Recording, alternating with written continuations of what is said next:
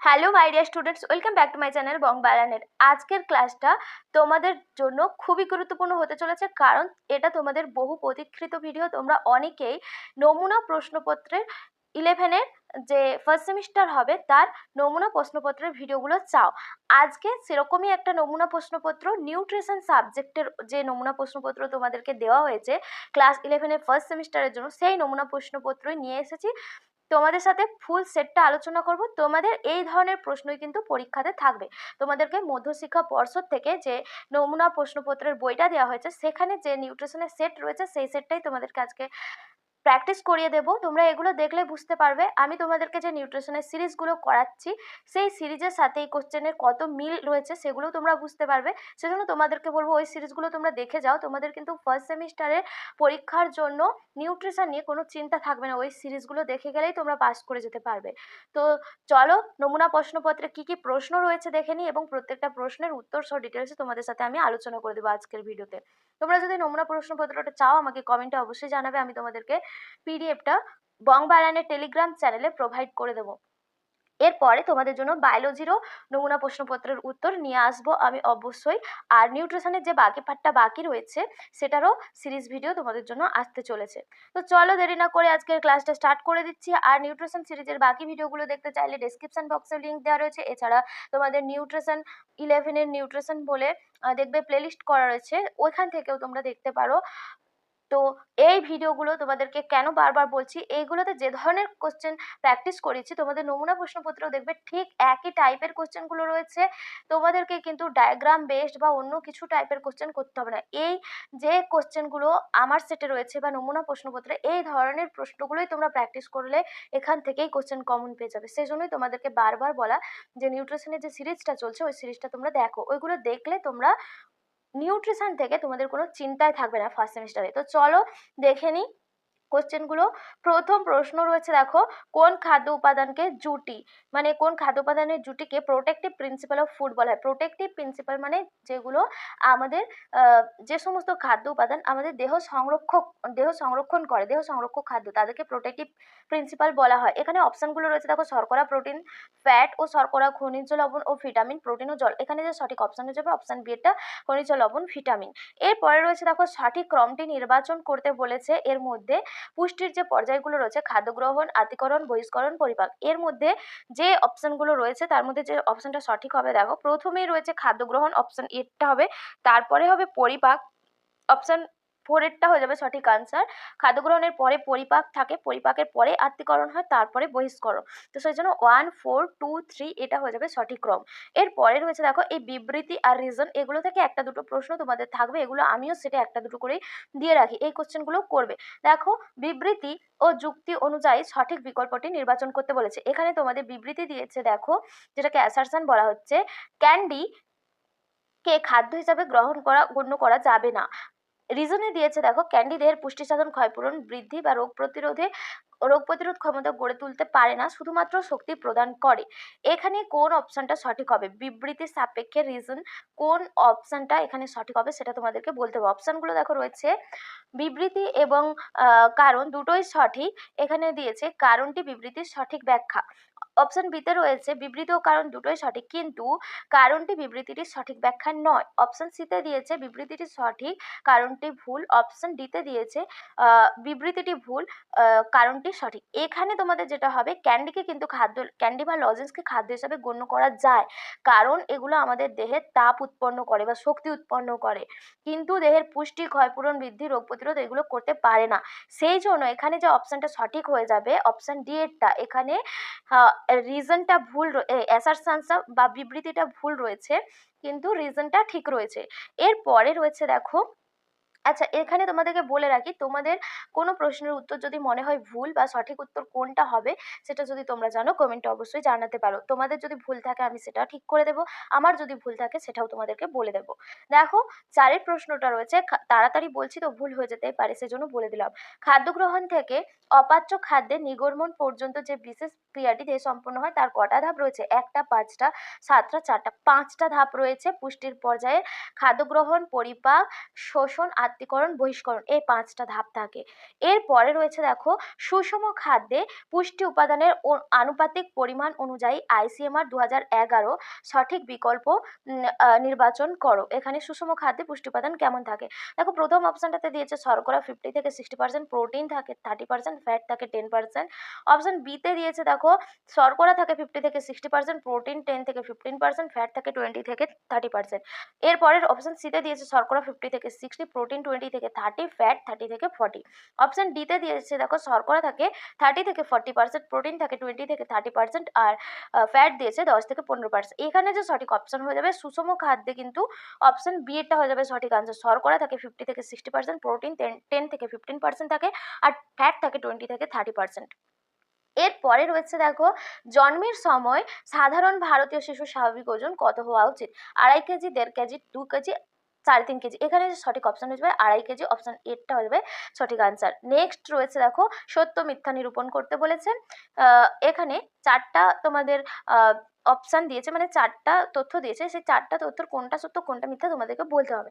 প্রথম অপশন নয়, মানে প্রথমটা রয়েছে দেখো, প্রথম তথ্যটা ক্যালিপার দ্বারা কোনো ব্যক্তির ওজন পরিমাপ করা হয়। দ্বিতীয়টা রয়েছে একটি 6 মাসের শিশুর পুষ্টির মান নির্ণয়ের জন্য উপযুক্ত পদ্ধতি শিশুটির বৃদ্ধির পর্যবেক্ষণ। অপশন 3তে রয়েছে স্টেডিওমিটার দ্বারা উচ্চতা পরিমাপ করা হয়। অপশন 4-এ রয়েছে দেখো BMI 18.5 হলে 18.5 এর নিচে হলে তার স্বাভাবিক পুষ্টির মান নির্দেশ করে।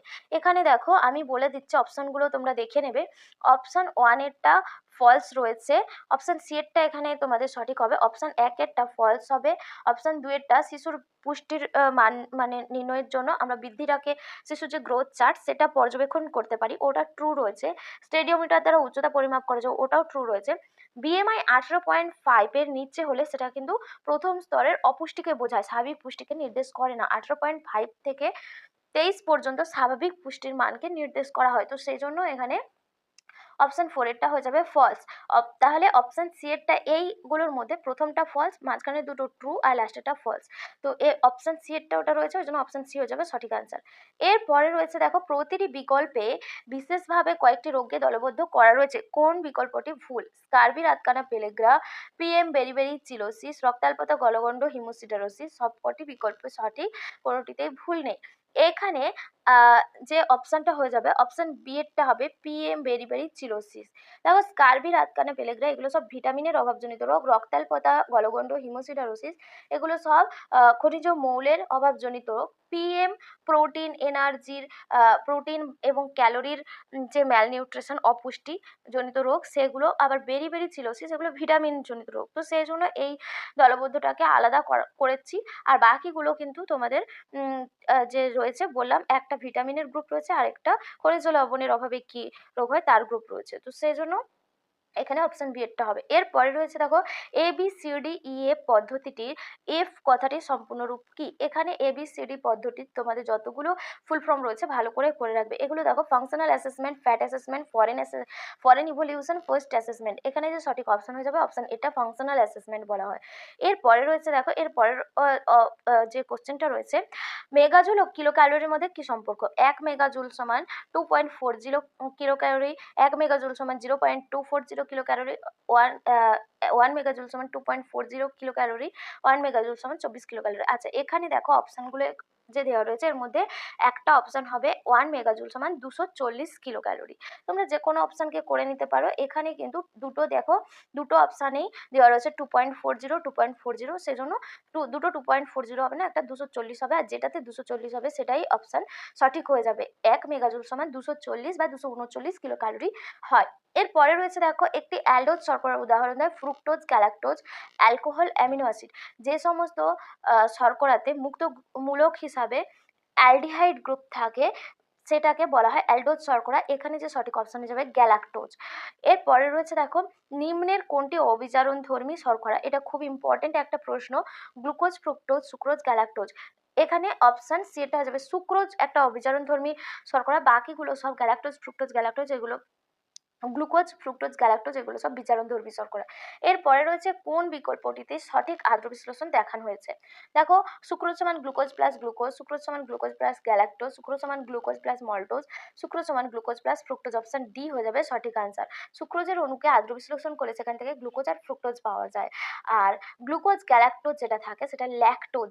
গ্লুকোজ গ্যালাক্টোজ, ল্যাকটোজ ভাঙলে গ্লুকোজ গ্যালাক্টোজ পাওয়া যায়, দু অণু গ্লুকোজ পাওয়া যায় মল্টোজ ভাঙলে। তো ওই অপশনগুলো হবে না। এরপরে রয়েছে দেখো, একক শর্করার সাধারণ সংকেত কোনটা হবে। এখানে যে সঠিক অপশন হয়ে যাবে অপশন সি, এটা CnH2O হোল N, এটা একক শর্করা মনোস্যাকারাইডের সাধারণ সংকেত। এরপরে রয়েছে কোন তন্তুটি জলে অদ্রবণীয়। এখানে যে সঠিক অপশন হয়ে যাবে সেলুলোজ। অপশন সি এটা হয়ে যাবে, এটা জলে অদ্রবণীয়। পেকটিন, গাম, মিউসিলেজ এই তন্তুগুলো কিন্তু জলে দ্রবণীয় সব। এরপরে রয়েছে দেখো, বহু শর্করা অণুতে কোন ধরনের বন্ধনী উপস্থিত থাকে। বহু শর্করা অণুতে গ্লাইকোসাইডিক বন্ধনী, একক শর্করাগুলো পরস্পর গ্লাইকোসাইডিক বন্ধনী দিয়ে যুক্ত হয়ে বহু শর্করা গঠন করে। অপশন বি এটা হয়ে যাবে সঠিক আনসার।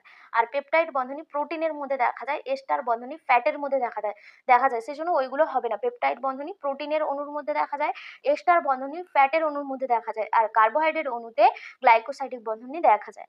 এরপরে রয়েছে দেখো, নিচের দেওয়া যে গঠনগত অণু একটা রয়েছে এটা কিসের সংকেত। এখানে যে সঠিক অপশনগুলো রয়েছে দেখো, গ্লুকোজ, ফ্রুক্টোজ, মল্টোজ, গ্লাইকোজেন। এখানে যে সঠিক অপশন হয়ে এটা গ্লুকোজের সংকেত। এরপরে রয়েছে শর্করার প্রধান কাজ, শক্তি প্রদান করা, দেহে প্রোটিনের চাহিদা কমানো, কিটোসিস রোগ প্রতিরোধ করা, কোনোটাই নয়। শর্করার প্রধান কাজ আমাদের দেহে শক্তি প্রদান করা। আমাদের সারাদিনের খাদ্যের বেশিরভাগ শক্তিটা, আমরা যে খাদ্য গ্রহণ করি তার বেশিরভাগ কাজের যে শক্তি সেটা আমরা শর্করা বা কার্বোহাইড্রেট জাতীয় খাদ্য থেকে গ্রহণ করি। সেই জন্য অপশন এটা হয়ে যাবে সঠিক আনসার। এরপরে রয়েছে দেখো, একটি লব্ধ শর্করার উদাহরণ কোনটা। গ্লাইকোজেন, শ্বেতসার, ডেক্সট্রিন, তন্তু। এখানে আমার যতদূর মনে হচ্ছে তন্তু হবে। এরপরে রয়েছে দেখো, নিম্নের কোনটি একটি দ্বিশর্করা। গ্লাইকোজেন, শ্বেতসার, সুক্রোজ, গ্লুকোজ। এর মধ্যে দ্বিশর্করা সুক্রোজ, কারণ সুক্রোজ ভেঙে ফ্রুক্টোজ আর গ্লুকোজ আর ফ্রুক্টোজ পাওয়া যায় সেই জন্য। আর বাকিগুলো ওর মধ্যে এই যে গ্লাইকোজেন রয়েছে আর শ্বেতসার রয়েছে ওগুলো বহু শর্করা, আর গ্লুকোজ একক শর্করা বা মনোস্যাকারাইড। এর পরে রয়েছে দেখো, অ্যামিনো অ্যাসিডে উপস্থিত মূলক দুটি হলো কোনটা। অ্যামিনো অ্যাসিডে কোন কোন মূলক থাকে। Amino ketone, amino carboxyl, amino aldehyde, amino hydroxyl. এখানে দেখো একটা অ্যামিনো অ্যাসিডের আমি ছবি এঁকে দিচ্ছি। ছবিটা আঁকা থাকলে তোমাদের কিন্তু মনেও থাকবে পরে। এখানে একটা আর গ্রুপ থাকে, এখানে একটা হাইড্রোজেন। এখানে দেখো একটা অ্যামিনো গ্রুপ রয়েছে, একটা কার্বক্সিল গ্রুপ রয়েছে, তাহলে এখানে যে সঠিক অপশন বি এরটা হয়ে যাবে। অ্যামিনো অ্যাসিডে একটা অ্যামিনো গ্রুপ থাকে, একটা কার্বক্সিল গ্রুপ থাকে। এরপরে রয়েছে চালের প্রোটিনে অভাব আছে, কোনটার অভাব হচ্ছে। মিথাইল অ্যামিন, লাইসিন, এ ও বি দুটোই, কোনোটাই না। অপশন বি এটা হয়ে যাবে সঠিক আনসার। একটি সরল প্রোটিনের উদাহরণ হলো নিউক্লিয় প্রোটিন, ফসফোপ্রোটিন, গ্লোবিউলিন, মেটালোপ্রোটিন। সরল প্রোটিন গ্লোবিউলিন হয়ে যাবে। এরপরে রয়েছে প্রোটিন অণুতে নাইট্রোজেনের পরিমাণ 54%, 22%, 75%, 16%। 16% হয়ে যাবে সঠিক আনসার। এরপরে রয়েছে দেখো, একটি অত্যাবশ্যকীয় অ্যামিনো অ্যাসিড নিচের কোনটা অত্যাবশ্যকীয়। ট্রিপ্টোফ্যান, অ্যালানিন, গ্লাইসিন, কোনোটাই নয়। ট্রিপ্টোফ্যান একটা অত্যাবশ্যকীয় অ্যামিনো অ্যাসিড। এই যে অত্যাবশ্যকীয় অ্যামাইনো অ্যাসিড বা অপরিহার্য অ্যামাইনো অ্যাসিড, অনপরিহার্য অ্যামাইনো অ্যাসিড, এর একটা শর্ট ট্রিক্স আমার চ্যানেলে দেওয়া রয়েছে, ওই ভিডিওটা যারা দেখতে চাও দেখে নিতে পারো। এরপরে রয়েছে দেখো, উদ্ভিজ্জ, তাহলে মনে থেকে যাবে শর্ট ট্রিক্সটা দেখলে তোমাদের অপরিহার্য আর অনপরিহার্য অ্যামাইনো অ্যাসিডের লিস্টটা পুরোপুরি একদম 5 সেকেন্ডের মধ্যে তোমরা মনে করতে পারবে। এরপরে দেখা রয়েছে, উদ্ভিজ্জ ও প্রাণীজ প্রোটিনের কোন পার্থক্যটি সঠিক নয়। এখানে যে সঠিক অপশন দিয়েছে দেখো, পার্থক্যগুলো দিয়েছে দেখো, প্রোটিনের গুণগত মান বেশি, প্রোটিনের গুণগত মান কম প্রাণীজ প্রোটিনের ক্ষেত্রে। উদ্ভিজ্জ প্রোটিনের ক্ষেত্রে প্রোটিনের পরিমাণ বেশি, প্রাণীজ প্রোটিনের ক্ষেত্রে প্রোটিনের পরিমাণ কম। এখানে দেখো যে পার্থক্যগুলো দেওয়া রয়েছে দুটোই কিন্তু ভুল, কারণ প্রাণীজ প্রোটিনের গুণগত মান বেশি আর প্রাণীজ প্রোটিনের মানও বেশি থাকে। এখানে উল্টো দিয়ে দিয়েছে, তো সেই জন্য অপশন সিটা হয়ে যাবে সঠিক আনসার। দুটোই ভুল। এরপরে রয়েছে দেখো, নিম্নের সূত্রটি প্রোটিনের গুণগত মান নির্ধারণের কোন পদ্ধতি। প্রোটিনের গুণগত মান নির্ধারণ সমান ওজন কতটা বেড়েছে বাই কতটা প্রোটিন খাওয়া হলো সমান গৃহীত প্রোটিনের থেকে কতটা ওজন বাড়লো। এখানে যে সঠিক অপশন হয়ে যাবে PR। অপশান এরটা হয়ে যাবে সঠিক আনসার। এরপরে রয়েছে দেখো, একটা স্তম্ভ দিয়েছে, এই স্তম্ভটা মেলাতে হবে, ক স্তম্ভ আর খ স্তম্ভ। দেখো এখানে সরল প্রোটিন যেটা হবে, সরল প্রোটিন হয়ে যাবে গ্লিয়াডিন, আর যেটা তোমাদের সম্পূর্ণ প্রোটিন হয়ে যাবে ডিম। আর লব্ধ প্রোটিন যেটা হবে প্রোটিওজ, আর সংযুক্ত প্রোটিন হয়ে যাবে ক্রোমোপ্রোটিন।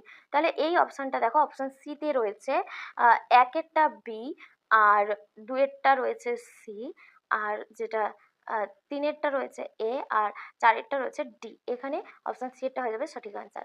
এরপরে রয়েছে দেখো, মানব দেহে ড্যাশ নামক অ্যামিনো অ্যাসিড থেকে নায়াসিন উৎপন্ন হয়। নায়াসিন ভিটামিন বি3 এর রাসায়নিক নাম। আর ভিটামিন বি থ্রি আর বি6 দুটোই ট্রিপ্টোফ্যান অ্যামাইনো অ্যাসিড থেকে উৎপন্ন হয়। ঠিক আছে, ওই জন্য অপশন ডি হয়ে যাবে সঠিক আনসার। এরপরে হচ্ছে ভুট্টার limiting amino acid. Limiting amino acid মানে ভুট্টার মধ্যে যে অ্যামাইনো অ্যাসিডটা সব থেকে কম থাকে সেটাকে, যে কোনো উপাদানের, খাদ্য উপাদানের মধ্যে যে অ্যামাইনো অ্যাসিডটা সব থেকে কম থাকে সেটাকে বলা হয় লিমিটিং, ওই খাদ্যের লিমিটিং অ্যামিনো অ্যাসিড। তাহলে ভুট্টার মধ্যে যেটা সব থেকে কম থাকে সেটাও হয়ে যাবে ট্রিপ্টোফ্যান। অপশন বি হয়ে যাবে সঠিক আনসার। এরপরে রয়েছে দেখো এইচডিএল। এই এইচডিএল এর পুরো নাম কি? High density lipid, high dilution lipoprotein, high density lipoprotein, high dilution lipid. এখানে যে সঠিক অপশন সি, এটা high density lipoprotein. HDL, LDL, VLDL, এই ফুল ফর্মগুলো ভালো করে করবে। এরপরে রয়েছে দেখো, লিনোলেইক অ্যাসিডের সর্বোৎকৃষ্ট উৎস সূর্যমুখী তেল, সর্ষের তেল, সয়াবিন তেল, পাটের মস্তিষ্ক। অপশন এ হয়ে যাবে লিনোলেইক অ্যাসিড। সূর্যমুখী তেলে, সানফ্লাওয়ার অয়েলে বেশি পাওয়া যায়। এরপরে রয়েছে অসম্পৃক্ত ফ্যাটি অ্যাসিডকে ক ভাগে ভাগ করা যায় ও কি কি? 3 ভাগে, পুফা মুফা এসএফএ। অপশন 2 রয়েছে, বিটা রয়েছে 2 ভাগে, পুফা আর মুফা। 4 ভাগে, এসএফএ, পিইউএফএ, এমইউএফএ, ইউএফএ। আর ভাগ করা যায় না। অসম্পৃক্ত ফ্যাটি অ্যাসিড অর্থাৎ যে সমস্ত ফ্যাটি অ্যাসিডে এক বা একের বেশি দ্বিবন্ধনী থাকে তাদেরকে অসম্পৃক্ত ফ্যাটি অ্যাসিড বলা হয়। অসম্পৃক্ত ফ্যাটি অ্যাসিডকে দুভাগে ভাগ করা যায়। অপশন বি হয়ে যাবে সঠিক আনসার, পুফা অর্থাৎ পলি আনস্যাচুরেটেড ফ্যাটি অ্যাসিড। যে সমস্ত ফ্যাটি অ্যাসিডে অনেকগুলো দ্বিবন্ধনী থাকে তাদেরকে পলি আনস্যাচুরেটেড ফ্যাটি অ্যাসিড বলা হয়। আর মুফা মানে মনো আনস্যাচুরেটেড ফ্যাটি অ্যাসিড। যে সমস্ত ফ্যাটি অ্যাসিডে একটাই দ্বিবন্ধনী থাকে তাদেরকে বলা হয় মনো আনস্যাচুরেটেড ফ্যাটি অ্যাসিড। এরপরে রয়েছে দেখো, রক্তে কোলেস্টেরলের আধিক্য ঘটিত রোগটা কোনটা? Scurvy, rickets, atherosclerosis, beriberi. এখানে অপশন সি এটা হয়ে যাবে অ্যাথেরোস্ক্লেরোসিস। নেক্সট লাস্ট কোশ্চেন রয়েছে দেখো, 1 গ্রাম ফ্যাট জারণের ফলে উৎপন্ন শক্তির পরিমাণ 4.1 kilo calorie, 4.3 kilo calorie, 9.3 kilo calorie, 8.2 kilo calorie. এখানে যে সঠিক অপশন হয়ে যাবে অপশন সি এটা 9.3 কিলো ক্যালোরি। 1 গ্রাম ফ্যাট জারণ করলে 9.3 কিলো ক্যালোরি শক্তি উৎপন্ন হয়। তো এই ছিল তোমাদের ফুল সেট, একটা মডেল কোয়েশ্চেন পেপারের সেট। তোমাদের এই ধরনের প্রশ্নই পরীক্ষাতে থাকবে। আমার সিরিজগুলো দেখলে তোমরা বুঝতে পারবে আমিও তোমাদেরকে এই ধরনের কোশ্চেনই প্র্যাকটিস করাই। প্রতিটা চ্যাপ্টার থেকে তোমাদের যে দুটো ইউনিটের মোট 5টা অধ্যায় রয়েছে, প্রতিটা অধ্যায় থেকে আমি দুটো করে ভিডিও আনছি। দুটো করে ভিডিওতে তোমাদের মোটামুটি 60খানা 70খানা করে কোশ্চেন করাচ্ছি। ওই কোশ্চেনগুলো তোমরা করে গেলে কমন পাবেই পাবে। সেই জন্য তোমাদেরকে বলবো নিউট্রিশনের সিরিজগুলো দেখো।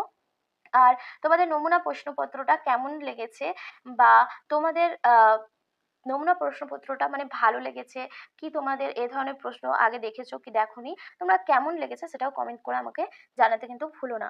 আর তোমাদের প্রিপারেশন কেমন সেটা কিন্তু তোমরা এই নমুনা প্রশ্নপত্রটা দেখলেই বুঝতে পারবে।